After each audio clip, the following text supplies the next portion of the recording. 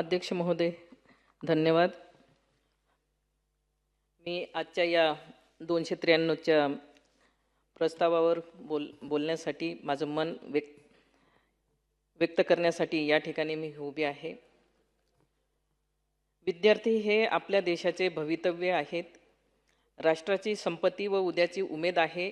या विचाराने प्रेरित होऊन राज्यातील विद्यार्थ्यांना गुणवत्तापूर्ण, दर्जेदार आणि कमी खर्चात उच्च शिक्षण उपलब्ध करण्याच्या दृष्टीने आपल्या महायुती शासनाने अनेक धोरणात्मक निर्णय घेतलेले आहेत. त्याबद्दल मी शासनाचं मनापासून मी आभार मानते. अध्यक्ष महोदय, आपल्या देशाचे पंतप्रधान सन्माननीय मोदी साहेबांचे नेहमीच आपल्या देशातील सर्व विद्यार्थ्यांना विविध माध्यमांच्या माध्यमातून त्यांचं नेहमीच मार्गदर्शन त्यांना मिळत असते. त्याबद्दल मी आपल्या देशाचे पंतप्रधान सन्माननीय मोदी साहेबांचं देखील मी मनापासून आभार मानते. अध्यक्ष महोदय, माझा मतदारसंघ हा ग्रामीण भाग असल्याने आपल्या या शासनाच्या योजनांमुळे माझ्या ग्रामीण भागातील मुलामुलींची शैक्षणिक प्रगती पाहताना मला आज आनंद होतोय. आपल्या शासनाने पुण्यश्लोक अहिल्याबाई होळकर मोफत पास योजनांच्या माध्यमातून माझ्या ग्रामीण भागातील 5वी ते 12वीच्या हजारो मुलींना आज त्याचा लाभ घेता येतोय. अध्यक्ष महोदय, ग्रामीण भागातील मुलींसाठी मानव विकास मिशन या योजनेच्या अंतर्गत 8वी ते 12वीच्या मुलींसाठी काही ठिकाणी मोफत सायकली दिल्या जातात, तर काहींना 5वी ते 12वीच्या मुलींसाठी बाहेर गावाहून ये जा करण्यासाठी मोफत बसेसची उपलब्ध करून दिले जातात. अशा सुविधा ह्या माझ्या मुलींसाठी दिल्या जातात.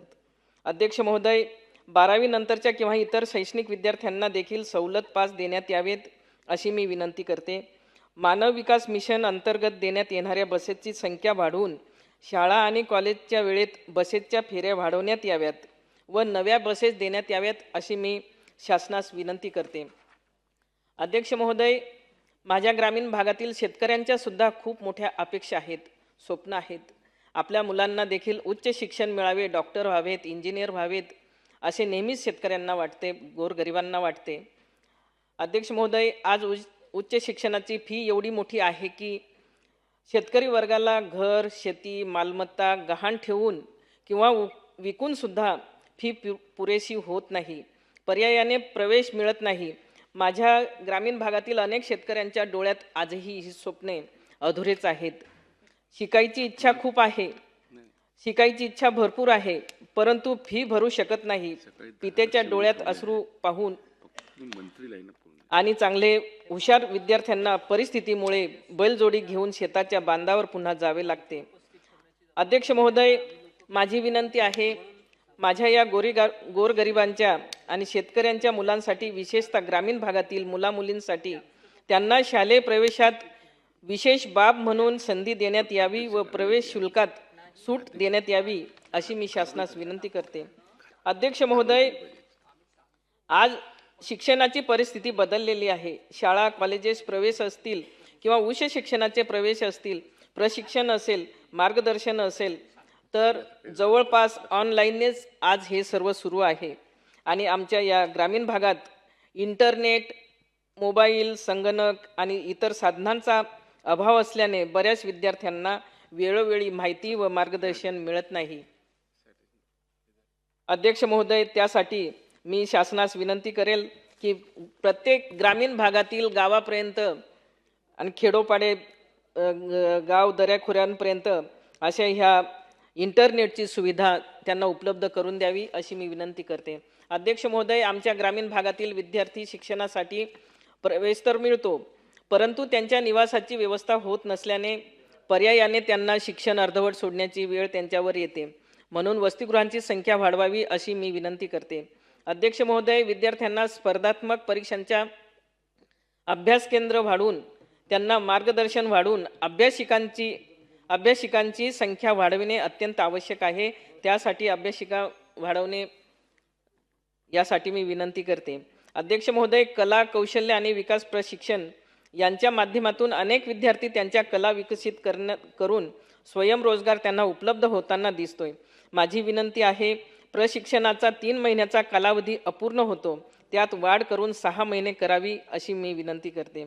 अध्यक्ष महोदय, तंत्र शिक्षण घेणाऱ्या विद्यार्थ्यांना स्टार्टअप, मेक इन इंडिया यासारख्या उद्योगांना गती मिळण्यासाठी शासनाने आर्थिक पुरवठा व मुख्य बाजारपेठ उपलब्ध करून द्यावी अशी मी विनंती करते. अध्यक्ष महोदय, याच्यासोबतच इयत्ता 12वी विज्ञानानंतर 2 वर्षाचा diploma in para veterinary science हा अभ्यासक्रम लागू करण्याबाबत माझी विनंती आहे.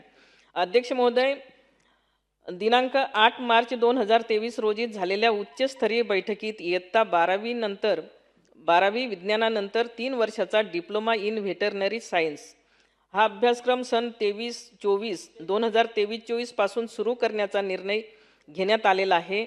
तसेच महाराष्ट्र पशु व मत्स्य विज्ञान विद्यापीठ नागपूर यांनी दिनांक 12 सप्टेंबर 2023 व 4 जानेवारी 2024 रोजी इयत्ता 12वी विज्ञानानंतर 2 वर्षाचा diploma in para veterinary science अभ्यासक्रम सुरू करण्याचा सुधारित प्रस्ताव शासनाकडे सादर केलेला आहे. राज्यातील विद्यार्थ्यांचे हित लक्षात घेऊन 2 वर्षाचा diploma in para veterinary science अभ्यासक्रम लागू करणे अत्यंत गरजेचं आहे. त्यामुळे शासनाने सदर प्रस्तावास त्वरित मान्यता द्यावी अशी मी आपल्या या शासनास विनंती करते. धन्यवाद.